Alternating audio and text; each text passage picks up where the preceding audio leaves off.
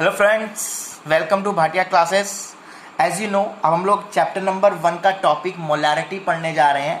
Molarity, क्योंकि इसमें दो टॉपिक है, मोलैलिटी और मोलैरिटी, तो हम लोग पढ़ने जा रहे हैं molarity. So welcome to Bhatia classes. Chapter number 1 हम लोग पढ़ेंगे some basic concept of chemistry. उसमें टॉपिक है बेटा मोलैरिटी, क्लास 11th का।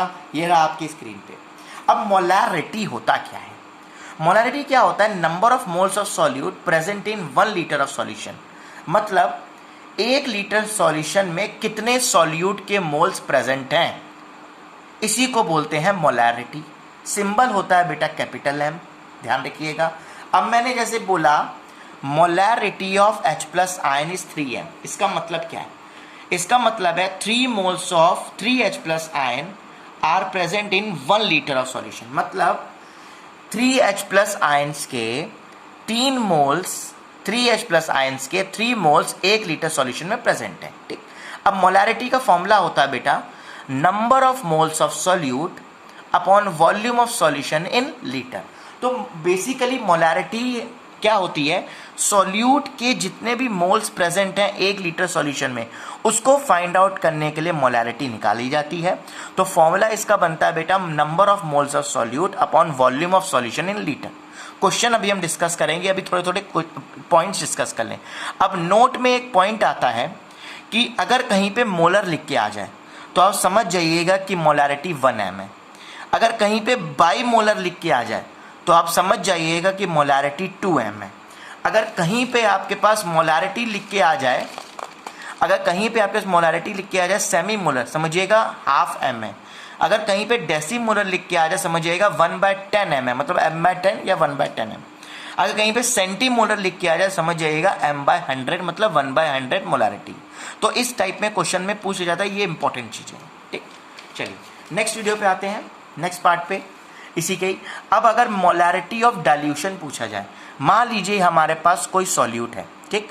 अब इस सॉल्यूट में मैंने पानी डाल दिया, सेम सॉल्यूट है, तो इसका लेवल बढ़ जाएगा, तो इसकी मोलैरिटी भी चेंज हो जाएगी और वॉल्यूम भी चेंज हो जाएगा। पहले सॉल्यूट की मोलैरिटी m1v1 थी, अब इसमें पानी मिला दिया तो ऑब्वियस सी बात है उसका वॉल्यूम भी राइज हो जाएगा, उसकी मोलैरिटी और सॉल्यूट के पार्टिकल जो मोल्स भी तो चेंज हो जाएंगे बेटा, मोल्स भी तो चेंज होंगे ना सॉल्यूशन में, तो ये भी चेंज होगा। हो सकता है कभी कभी इसकी मोलैरिटी ज़्यादा हो, इसकी कम हो, कभी कभी हो सकता है इसकी मोलैरिटी ज़्यादा इसकी कम हो, तो वो चेंज चल सकता है। तो इसी के लिए एक फॉर्मूला होता है डाइल्यूशन के m1v1 is equal to m2v2। ये फॉर्मूला हमेशा आपको याद रखना है, m1v1 is equal to m2v2। ये फॉर्मूला फॉर द डाइल्यूशन। अब फॉर्मूला आता है मिक्सचर के लिए। मान लीजिए आपने सेम सॉलिड लिया m1v1 m2, आपने दोनों को मिक्सअप कर दिया। मिक्सअप करने के बाद जो रिजल्टेंट आपको मिला वो मिला, दोनों की मोलैरिटी सेम हो जाएगी, बट वॉल्यूम तो चेंज रहेगा, तो वॉल्यूम एड ऑन हो जाएगा। तो आपकी मोलैरिटी क्या हो जाएगी? कॉमन हो जाएगी दोनों की, और v1 प्लस v2 आपका क्या हो जाएगा? वॉल्यूम। तो फॉर्मूला क्या बन जाएगा? m is equal to m1v1 plus m2v2 upon v1 plus v2। ये बेसिक चीजें हैं मोलैरिटी की। अब न्यूमेरिकल पे आते हैं हम लोग। आइए, बोला गया बेटा find the mass of Na2CO3 in 100 ml of 3m solution. पहली चीजें तो आपको पता होनी चाहिए क्या गिवन है। इसमें हमें 3m गिवन है मोलैरिटी, वॉल्यूम गिवन है 100 ml, इसको चेंज करेंगे लीटर में, 1000 से डिवाइड करेंगे तो 0.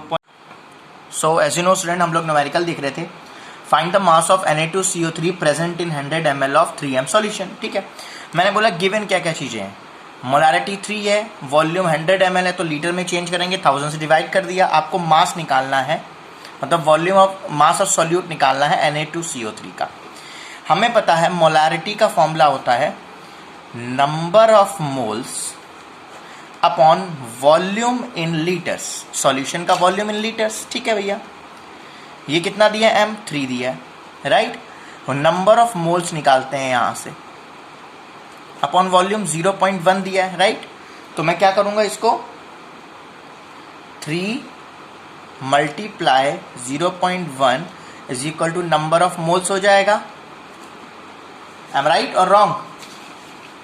सही बोल रहा हूं? ठीक है, तो ये आपका कितना रहेगा? 0.3 आ गए number of moles, number of moles निकल गए। अब यहां से हमें पता है 0.3 is equal to mass upon molar mass. तो Na2CO3 का मोलर मास आपको निकालना आता ही है, तो ये होता है मोलर मास Na2CO3 का 106। तो मास निकल आएगा आपका लमसम 31.8 समथिंग निकलेगा ये आपका ग्राम। मे बी आंसर चेक कर लीजिएगा, मल्टी आपको पता चल जाएगा। ठीक है, चलिए एक और क्वेश्चन में दिखा देता हूँ।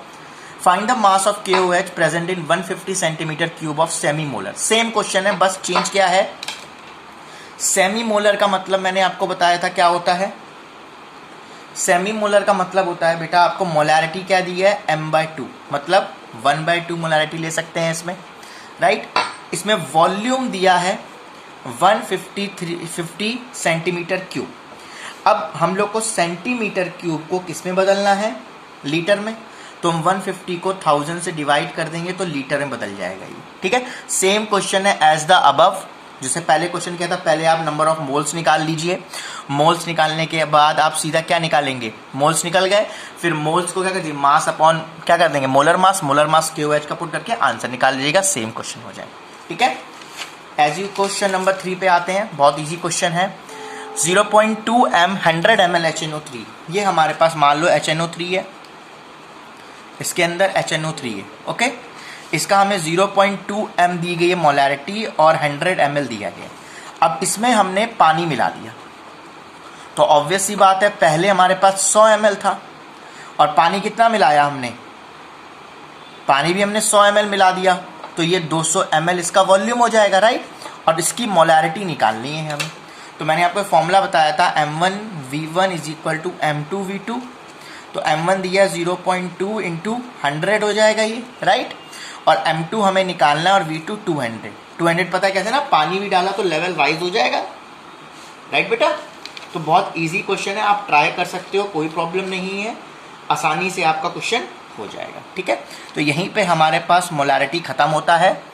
नेक्स्ट वीडियो मिलेंगे मोलैलिटी के साथ, इसके साथ MOLALITY। Till then bye bye, take care.